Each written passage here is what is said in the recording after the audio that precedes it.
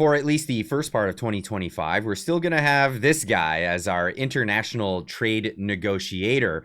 And because of this, Kevin O'Leary has unilaterally said, nah, I'm going to take the wheel.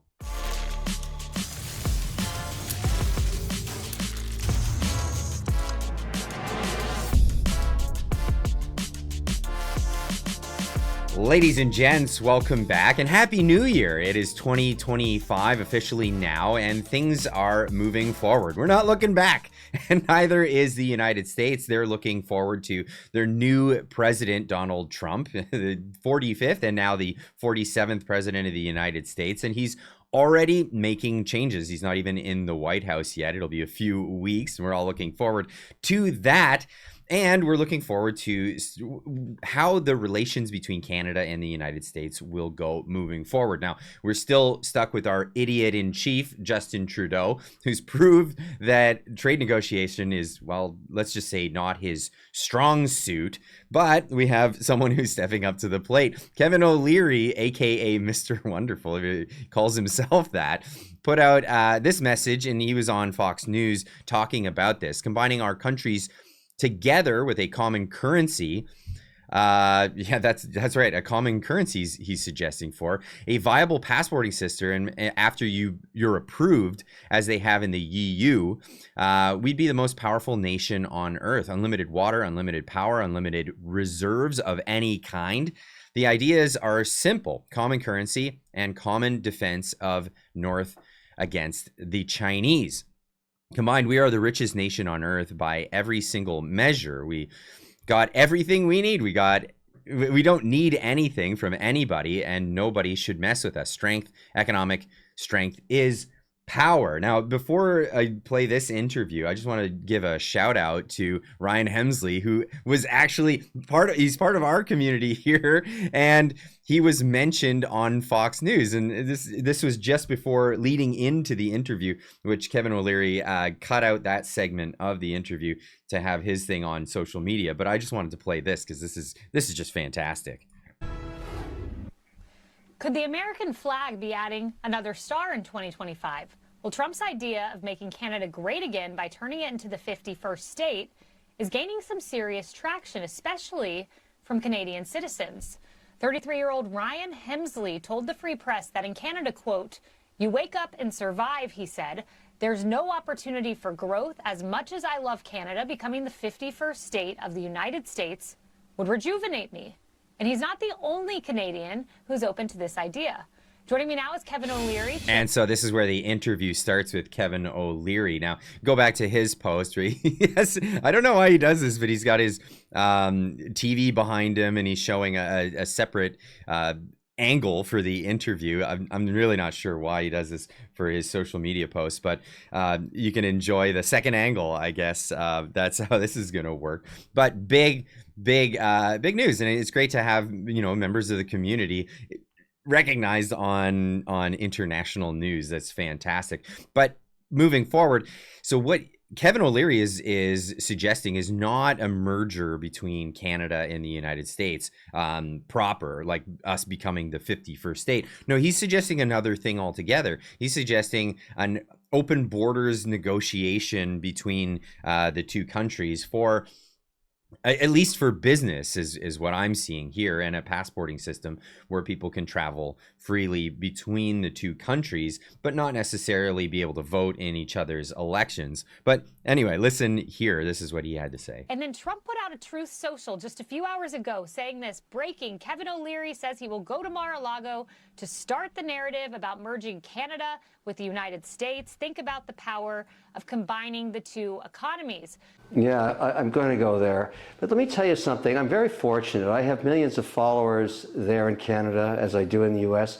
So in the last 48 hours, I've been doing my own unofficial polling, trying to get the real tonality of what the country wants, because it's diverse. You got the Quebec guys, you got the Alberta guys, BC guys. And so here's really, you know what I love about Trump is he throws big ideas out there and causes an absolute, you know what, poo-poo storm. And then out of it, comes some really good ideas, because I tell you what Canadians like. They don't want to give up their sovereignty, just like a guy that's born in Florida doesn't want to say he wasn't born there. He wants to be a Florida native. So if a guy's born in Toronto or in Calgary and Montreal wants to keep that. But combining our countries together with a common currency, a viable passporting system after you're approved, as they have in EU, we'd be the most powerful nation on earth. What do the Canadians got? Unlimited water, unlimited power, unlimited paper, unlimited reserves of every kind. There's only 40 million of them, aside of California. And they don't want to squabble. They want to trade north, south, east, west. So the ideas are simple. Common currency, common defense of the North against the Chinese. I'm not a fan of the Chinese government. Everybody knows that. And I worry about that, and everybody should. And the Russians, too. We don't need them messing around up north.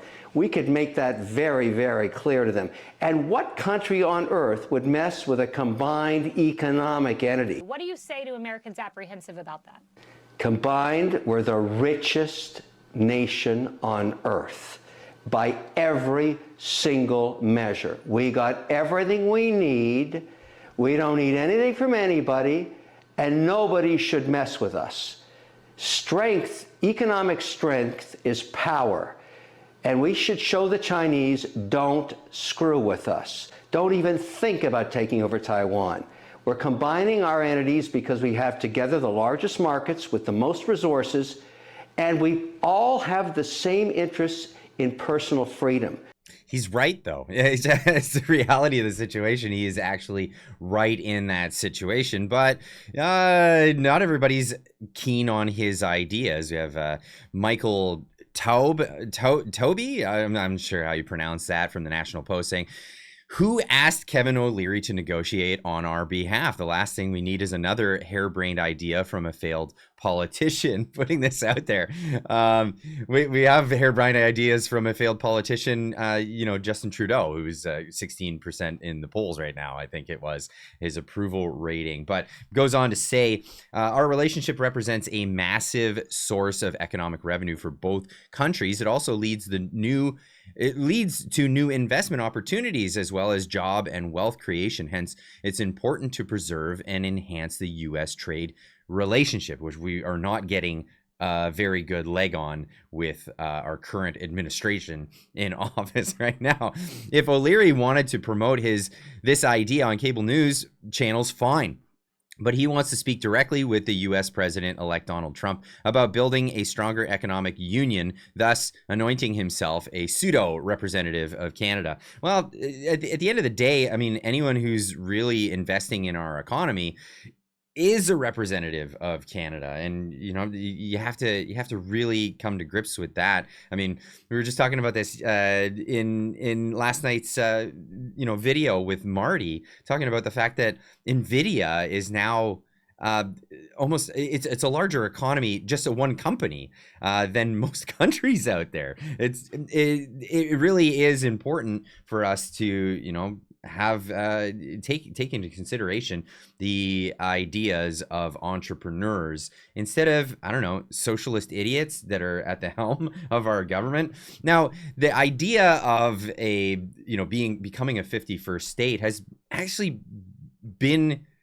popularized. And there's still debate all over the place. People don't want that. Some people do. And some of the people who do are being pretty vocal about this. This Instagram user decided to make a video saying exactly that. I treated Canada becoming the 51st U.S. state as a joke at first, like most people did, but this idea is gaining more traction by the hour. And as a Canadian, let me just say, I hope to God we join America. Right now, there is literally nothing that Canada does better than America. America's got better schools, better culture, better work and business opportunities, less taxes. Instead of buying a shoebox-sized house in Toronto for $2 million, Canadians could move to Texas or Colorado and buy a big house for only 400 grand. Yeah, Canada has free health insurance on paper, but you gotta wait a day and a half in the ER just to be able to talk to a doctor. Us joining the US would be a huge win for them too, because we are their biggest trading partner, but also their territory would expand to almost the same size as Russia. Because of the damage that this dipshit caused, Canada's future is gonna remain shitty for the next 20 to 30 years. We now have a lifeline to be part of a global superpower. I think we should take it. Well, it doesn't have to remain. It doesn't have to remain terrible for the next 20 to 30 years.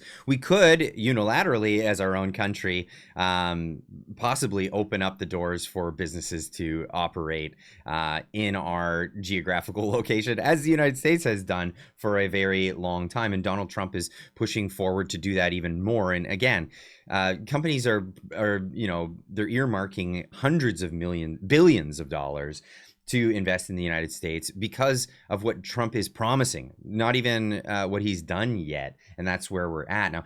Another article from National Post saying Kevin O'Leary is on a mission to revive Canada, and he's starting in Alberta. He's putting his money where his mouth is, and he's getting into this article talking about his AI investments in northern Alberta. He wants to bring a lot of these data centers to the country. But what needs to happen is,